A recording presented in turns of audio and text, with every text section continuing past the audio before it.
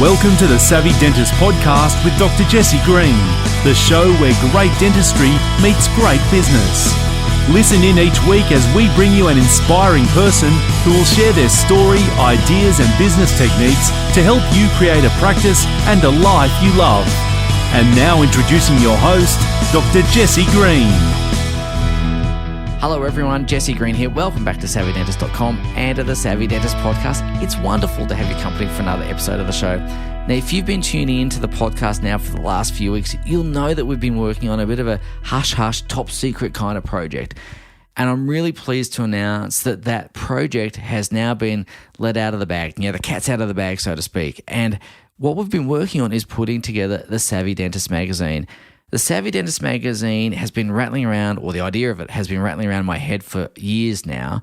And the whole aim of the magazine is to be the sister publication to the podcast. Now, the podcast has had over 400 episodes, well over 600,000 downloads, and the whole tradition of the podcast has been to expose practice owners to the latest and greatest information from the business world so they can create a practice and a life they love.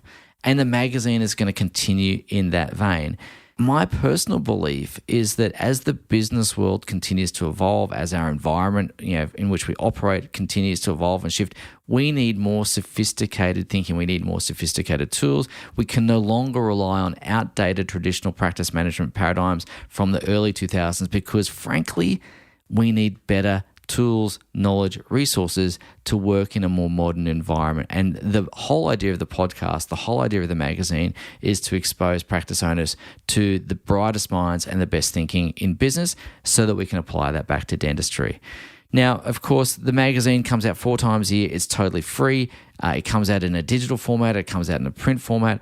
From edition 2, it comes out in a print format. So if you want to get a copy of the magazine, and as I said, it is totally free, all you need to do is head across to SavvyDentist.com, find the magazine tab, subscribe there, and we'll make sure that we get a copy of it to you, whether it's in digital format or from edition 2 onwards in print format. We can't wait to share it with you. We've worked really hard on this and we know that the information there will absolutely change your life. We've got editorial features and deep analysis from subject matter experts, that really gets to the heart of the business. We've got a whole lot of other stories around the general business world and a whole other section of the magazine there designed to enrich your life and help you get more from your life as well. So there's a whole bunch of stuff there that I know is going to be absolutely helpful for you as you seek to create the business and life that you love. So as I said, head across to the website SavvyDentist.com, subscribe there, and we look forward to giving you that magazine for free. Now, on to the podcast episode today. I'm joined today in this episode by Lynn Whitbeck, and Lynn is an expert at sales training, and her website is called petite2queen.com. So petite2queen.com, and the word 2 is not a word, it's actually the numeral 2. So what Lynn's really adept at is helping business owners, whether they're in dentistry or otherwise, with their sales process.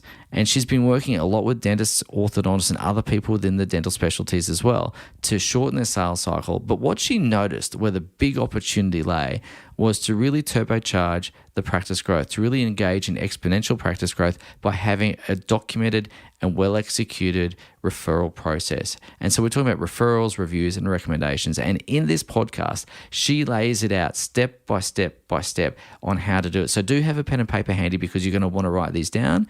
She's going to give you sample words, sample scripts that you can use as a starting point to create your own scripts and apply in your own practice. Now, I can attest that this process works. I've long been an advocate of digital marketing. I love digital marketing, but I've also grown my own practices to multi-7 figures, all the practices we've owned over the years to multi-7 figures using this exact process. It has been the number one thing that's driven our growth, and I can't impress upon you the importance of this process enough. It's really, really important that you have this down. So do have a pen and paper handy because there's some really useful things, some really structural things here that I know that if you take down and apply, you too will see the growth of your practice. So without any further ado, let's hear from Lynn. Lynn Whitbeck, thank you so much for taking the time to come and join us on the Savvy Dentist podcast all the way from Washington State. How's things in your part of the world? Jesse, they are amazing. It's an absolutely beautiful day here, and I'm so excited to be here with you on the Savvy Dentist. I'm actually coming across to your part of the world in a little while. We've got a field trip with a group of our high-end boardroom clients coming across to Washington State. So we'll get to see how beautiful your part of the world is, because I know you've got beautiful nature, you've got the ocean, you've got the everything going for it, and I can't wait to see it.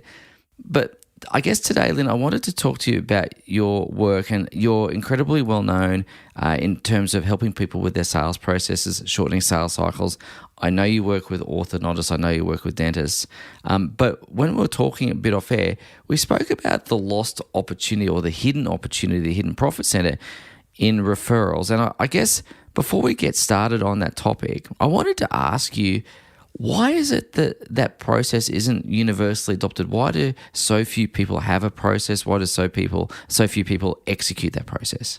Well, there's a number of things that are going on around asking for reviews and asking for referrals. And one is that some people just don't even think about it. It's literally not on their radar. They're just simply missing out. They're missing out big time in their business.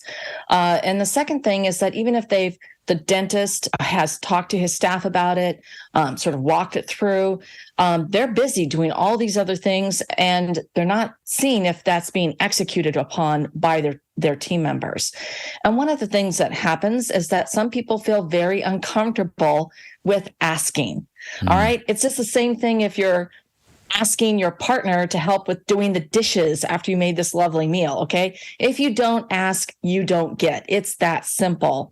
And there's an art and knowledge that comes along with any kind of process that when you give that tool and that training to your team, then they can start asking for reviews and referrals at the right time in their patient journey, so that you can then start filling your chairs and your practice with patients who are just coming in, that they already trust you. They already know who you are because they've been referred or recommended by a personal friend. I think that's a really good point, isn't it? Because if you get this right, and we're going to talk about how to get it right in a little bit, if you get this right, the people that come to your practice, those new patients, are certainly better prepared as patients than someone coming in cold. They've heard about you. The recommendation or endorsement carries a lot of weight, and that means that they're more likely to accept the treatment that you propose. It's more likely that they then refer other people as well. So you kind of get into a really good virtuous cycle if you get this going well in your practice. Is that the sort of results you've seen, or the sort of outcomes you've seen as well? Oh, absolutely. The stats are there. Honestly, 92% of people will act upon a recommendation or referral from a friend. They trust that word of mouth. And so many of referrals or recommendations are actually human to human. They've told them about it. It's come up, around the soccer field, at a PTA meeting, parent teacher thing. They just went out to coffee with a friend. So those types of things. And 72% of the people who then take action on that, they move forward and they will hire you because of that recommendation. I mean, it's so strong that they'll actually take action. And it's that trust. And that's the key piece here, is that you built in a piece of trust that you can't put a price tag on because someone received an introduction, a referral, a recommendation. Yeah, I 100% agree with that. That trust is really, really key. And there's like a transfer of trust from one person to another. You spoke earlier about a process, and you spoke earlier about knowing the right time. Now, I guess as we unpack how to do this well for our listeners, how to take what we're talking about and apply it, where would you like to start? Is it best to think about the right time, or would you like to start with the process? How would you like to address that? Because I know that there'll be someone driving along in their car going, okay, when do I ask, and how do I ask, and what do I do, and how do I not trip over my own feet as I do this? So could you just lead off with a few thoughts around those things? Yeah. So the first thing is you really need to start with the mindset, and really to get your team into tune to doing this, because all the training in the world won't help if they either have that, you want me to do what? Or maybe it's the Robert De Niro, you want me to do what? Or it's like, holy, so you've got to get into that mindset. And so first it's like, why are they doing what they do? How do they serve and impact their patients? Really get them to start thinking about that, because what you do as dentists is life-changing. When you treat a patient, the health benefits long-term are enormous, not just at dealing with what's going on right here and right now, but I'm talking about when they're in their 60s and their 70s, how important that medicine is. I mean, dentistry is medicine. I mean, it's part of your whole human body and all the different things that it can be affecting someone in their life, on all kinds of different things. And so it's so critical when you tap into the team members and that passion of how they're helping and serving. And then they start tapping into the next step of that process is that patient's why. Why does this matter to the patient? Whether it's having a beautiful smile, or if it's getting rid of those horrible headaches because their bite's not right, or because they're chewing on only one side of their mouth, or they are all these different things, right? That result. And so when you tap into that, first of all, then you really reposition that mindset that how can I help and serve other people? How can I give them this same experience, this same opportunity? So now it's changed the perspective of your team members that they're not asking for something like a used car salesman. No, it's because they're going to be able to create incredible impact and long-term health benefits for the people who come in, the patients that they get to care for. It's completely changing how they view this, that they almost have a moral obligation to help and to serve the patients who are coming into the door, and therefore to ask who they know to bring in more patients so that they can get the same benefit. All right. So when you start with the mindset, that's the first thing that has to happen, because there will be people who are very resistant to asking. And if they don't get their mindset reframed, it's sort of like saying, oh, I'm not good at math. And then, of course, you don't do well on a math exam. Yeah. Okay. Yeah. You've got to change the mindset so that you can position them for the learning and the training. Now, the second thing is then you start with, how do you do this, right? And what's that process? And the very first thing is to seed the process. You want to seed the idea that people will be giving you a review, yes, or a referral. And it's so easy. When they first call in, how did you hear about us?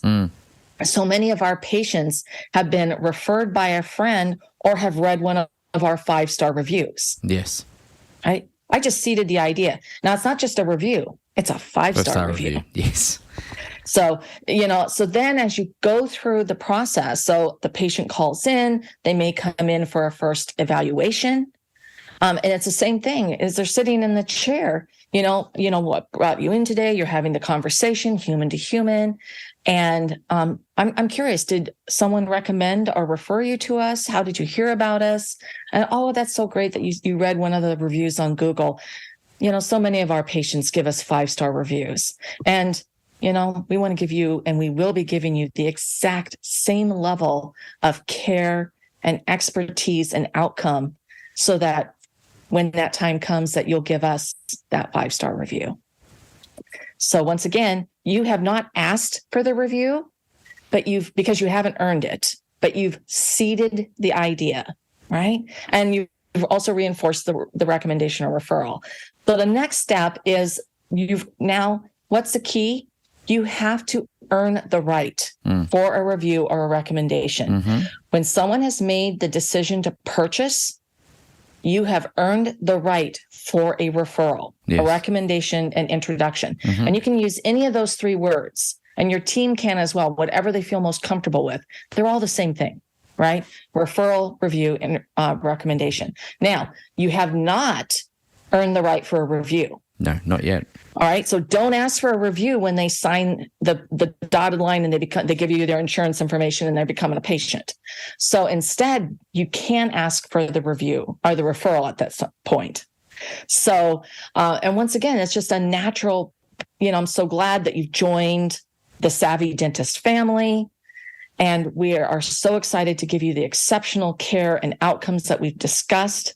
And who do you know that's in a similar situation that you would like to have the same experience that you've just had of joining our community? So now and of course, every one of these you have to script for your office and for the personality of your office. Yes. You have versions for the personalities of your team members that they feel comfortable with. But that's just one off the top of my head without scripting it for savvy dentists. No, that's great. But the great. point is that now you put it now. The second step, many people are going to say, I just can't really think of anyone. Okay. You're going to ask twice. And for everybody out there saying, no, I can't ask twice. It's too pushy. Ick. No, there's a gracious way to do this. And the key is that when you ask a second time, 2 out of 5 people are going to give you a referral right then and there. Okay. Do you want to have those 2 referrals right then and there? Yeah, yes. Of course we do. So you're going to ask, and it's like, okay. And I said, of course. And I know that over time, you're going to think of many people, Jesse, that you would like to introduce to savvy dentists and our community. How about we take one more minute right now and sort of think about who that could be that you want to share this incredible experience and how you're going to have this beautiful, dazzling smile after, we do this new process, whatever it is. And then stop talking and let them come back with a couple more people. And if they still say, I can't think of anything, and he said, well, I know that you will in the future. And I want to tell you how much we're going to appreciate that recommendation, in the coming weeks and months. That's really cool. Can I just go back to a few steps, because I want to pick out a few things I thought you shared the whole thing was incredibly valuable, but there's a few key points I just want to hone in on, if that's okay.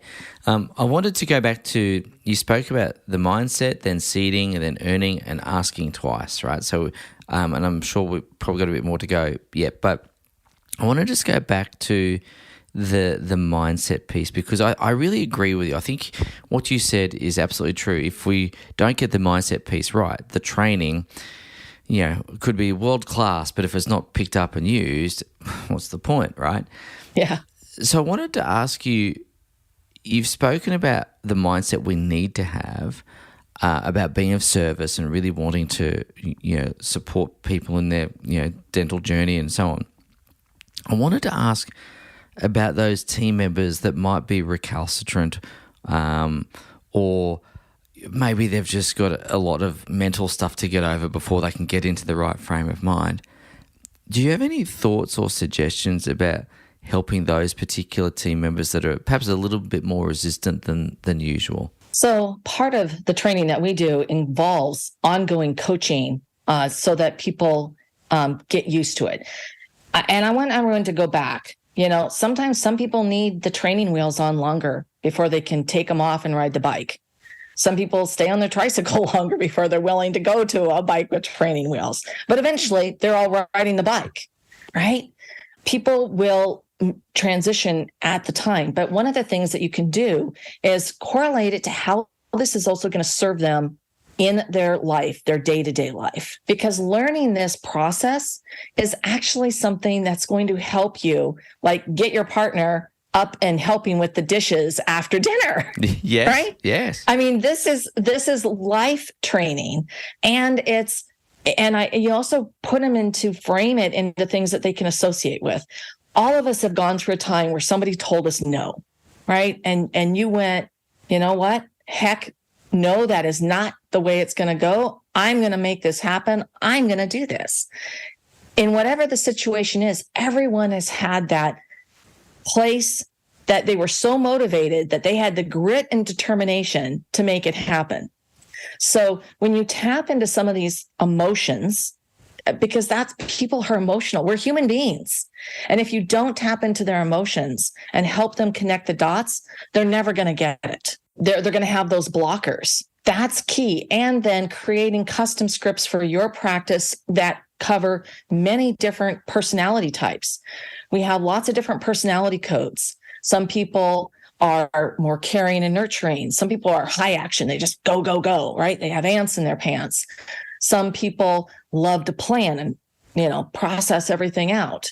And there's those who are really tapped into learning, and then they can literally get paralyzed because they can't take action because they're learning. But when you tap into those things, everyone can do this and do it well if they have the support that they need.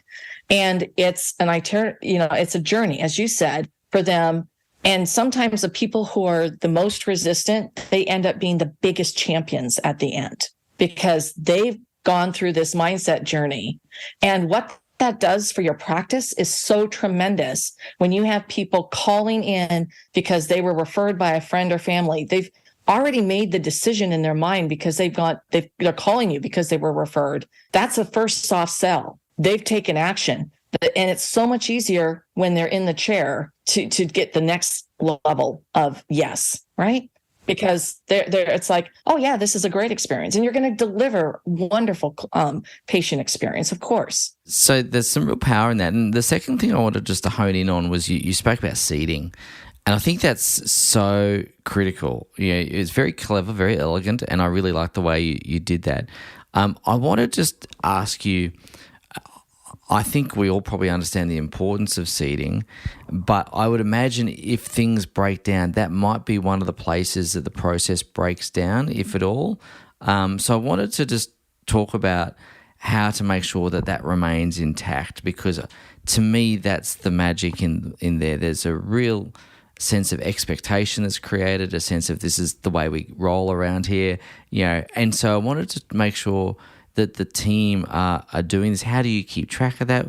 How obviously there's training and processes, but how are things being monitored and tested and measured along the way? Well, the first thing is the team, as they're practicing this through the coaching, they start to, once again, it just becomes part of the DNA. It's worked into the scripts that they may use, like in the call center or at the front desk. It becomes part of the routine of literally like a checklist of their SOPs, standard operating procedure, when someone's in the chair and then, oh yeah, I haven't done this, check it off. And then on the other side is if you build a reward program for your team and you track those KPIs, that, Janice is, or Steve is, he's gotten 3 referrals this month, that patients said, oh yeah, I was referred by, I was referred by Jesse, and that Jesse's hygienist is Stacy, what have you. And there you can also do QR codes with referral cards so that you make it really easy for your patients. Because once patients have made the decision to purchase and they've signed up, and anytime they're undergoing treatment, you should be asking for a referral recommendation introduction. Now, as they're finishing up their treatment and you're talking with them, that's when you recognize that they're telling you how happy they are. And then you can repeat back, I'm so thrilled that you are, that you found that this was so painless, it was so easy, and that you're so happy with how this feels in your mouth and that your headaches have dissipated. Would you do me a favor? Jesse, will you do me a favor and take 60 seconds right now to post this review to Google or Facebook or Yelp? I mean, mainly I'm Google. Not sure what you use in Australia, but whatever is, only give them 3 choices, okay? Don't ever give them more than 3 choices because you'll get paralysis of decision. Good, better, best, 3 choices. And then you have literally a QR code so they can scan it and they go right onto your Google My Business and they can, and this is what you said, and they can literally type it out, 5-star review. And also, would you do me the favor, Jesse, and give me that 5-star review right now? This is what you said. Here's the QR code. Let's scan it right now together. Fantastic. Done. And so these are all the types of things that you write and you create into that. But also then, that I just asked you, so I put it right on the point. I asked Jesse for the 5-star review. He did it, and it's literally written into the chart. And so that's easy to check. Oh yeah, we got that review from Jesse. Boom, I got my points. And maybe every reward program is different. So for reviews, maybe I get thrown into a hat every month.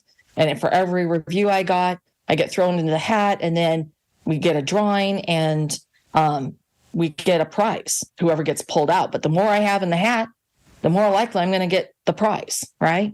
Or it could also be other types of incentives that if you reach a certain goal, then you get an automatic reward.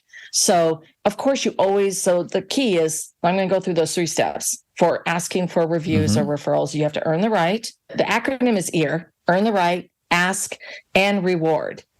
You want to reward behavior that you want repeated. Yeah.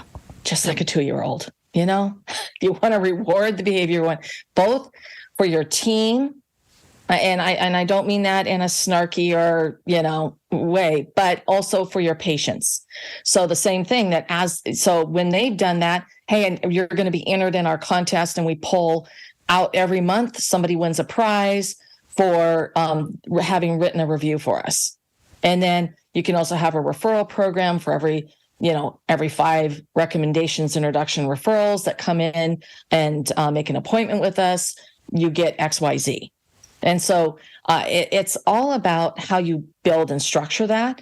But it's really easy to track because it's a coding you can literally be adding into your chart. Because I think if you get this right, obviously you're going to turbocharge the growth of your practice. I remember at one of our workshops many, many years ago, we had, I can't remember how many people in the room, but we had the person in the far back corner basically put their left and right hand out and touched 2 people on their shoulder.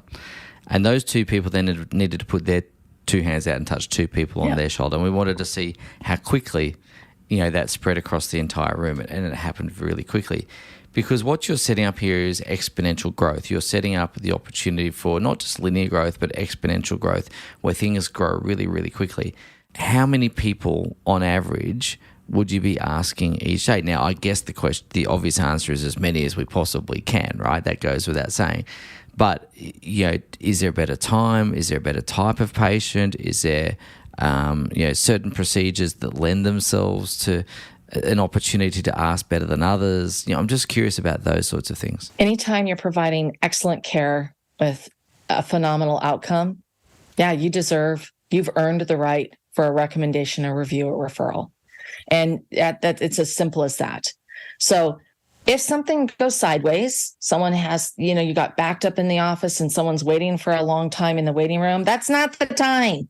That day is not the day. Timing is off. Instead, you need to be focused on your patient repair, and that's the repair in the sense of the client repair, that you're so sorry this happened. Can you get them some water? Can you get them, a coffee? I mean, what can you do to help with the situation? And once again, apologizing for it genuinely, sincerely. Most people, when you treat them with the respect and dignity, then they're going to say, okay, I'm sort of ticked about this, but I'm going to cut you some slack. This stuff happens, right? But if you don't address it and you don't put yourself in their shoes, I can only imagine how frustrating this is to you. How are you feeling about this? And letting them tell you, even if it's sort of like, well, I'm really busy today. Gosh darn it, Jesse. I had like 6 errands I have to run, and now I've got to sit here and wait in the office for 45 minutes to get my appointment. It's really frustrating. I am so sorry. And I'm there with you. And I can only imagine how frustrating this is. And then what are the ways that you can alleviate that? We've got the free Wi-Fi. What can we do to make you more comfortable? We've got some water. Is there an opportunity for you to reschedule? Whatever that happens to be.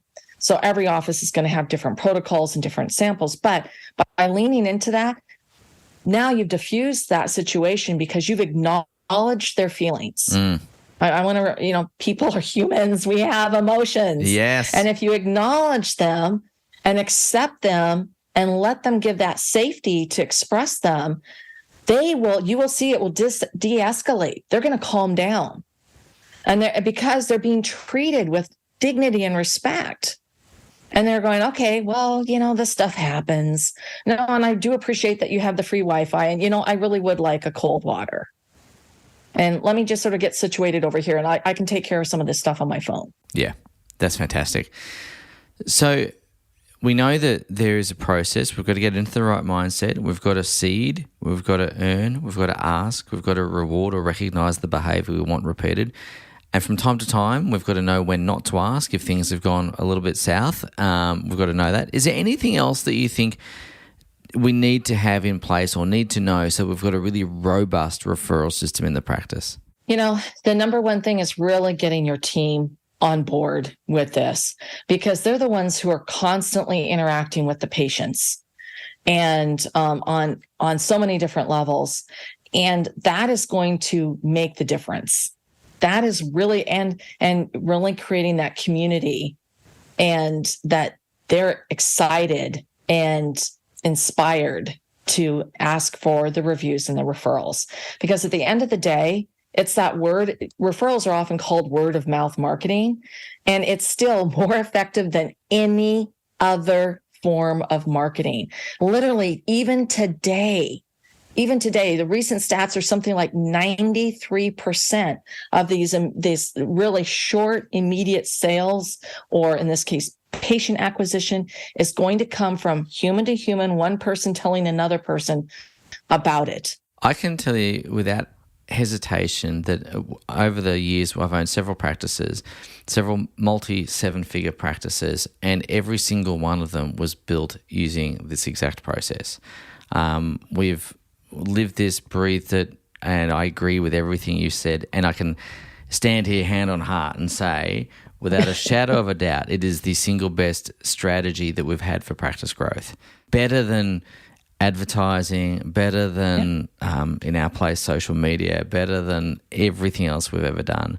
And I know that's going to sound a little bit controversial in today's digital world, but, it works. It just works because people trust other people. Yeah. And it goes without saying. So if you could whisper into the ears of the dentists listening to this podcast as they're driving to work perhaps, or driving home from work, what would be one or two things you'd like to share about referrals, the power of referrals, reviews, recommendations included in that, of course? If it goes well for them, what might they expect, and any other sorts of things you just want to leave them thinking about? Well, if it goes well, and, so for the 5-star reviews, it's still very common that people are looking for reviews before they make a decision, before they're making a buying decision. That's become part of our DNA. So it's very important that you have those reviews in place. But trumping that is that introduction and that recommendation or review, because if you get that, and that's from your neighbor, it's from, your girlfriend, or your a peer at work, it's from another mom, standing around at the soccer field as the kids are running around out there. That is something that's so powerful that is going to move you to take action. And because they become your evangelists, they are the ones who are your raving fans, and they are telling their personal circle, which is, when you think about it, they know at least 100 people about their experience.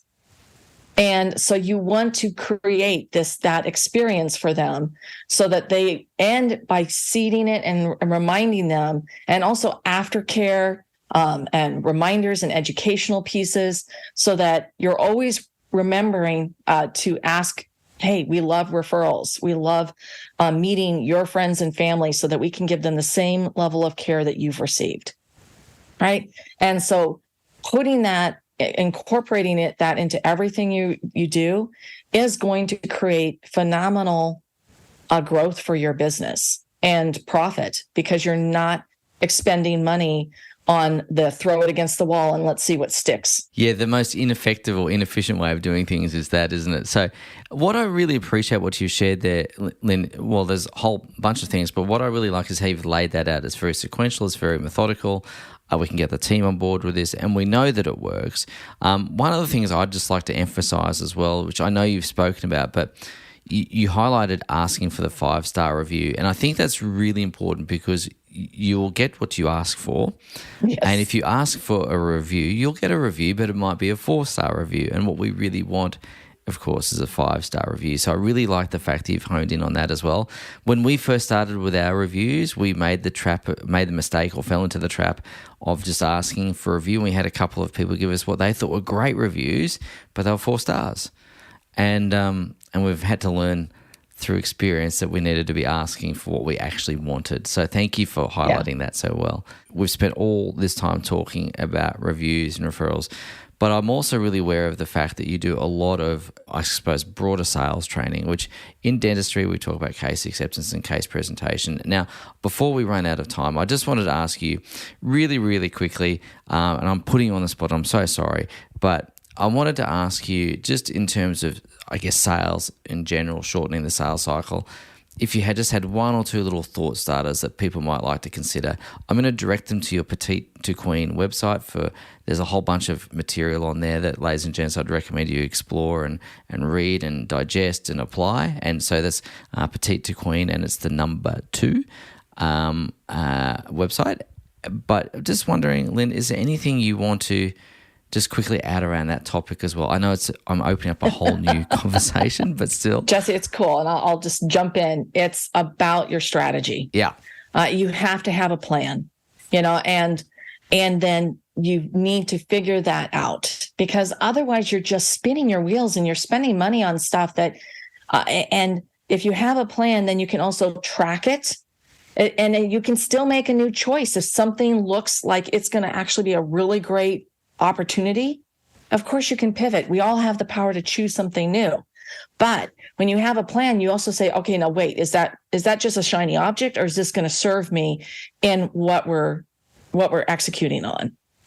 So having a strategic plan in place for anything you do in business and in life, but certainly in sales, is absolutely critical, because then you're going to get to your end goal a heck of a lot faster, with a lot less stress, and far more profitably. Thank you. I appreciate that. So have a plan, have a strategic plan, know where you want to go, mark your milestones out, put in place your action steps, and execute, right? So cool. Lynn, you have been really generous today. We've covered a lot of territory, and I like to say that we've been uphill and down dale, and my podcast listeners often reflect back to me. They say, Jesse, you've got a couple of little expressions that you use over and over, and apparently I use the uphill and down dale expression a lot, so I'm going to deliberately use it today because we have traversed a bit of territory. Lynn, thank you so much for sharing the process and the mindset around asking for reviews, referrals, and recommendations. I think it's the number one. But it's the number one thing that people can do very easily, very quickly, that's going to drive their business faster, further, more than any other method. So thank you so much for sharing it with us today. I'm really appreciative. Jesse, you're very welcome. And thank you so much for the opportunity to be here and be part of your show. Thank you for listening to the Savvy Dentist podcast. For more episodes, go to drjessiegreen.com/savvydentist. And to discover how to build a high-performance dental practice, visit drjessiegreen.com and download the free report.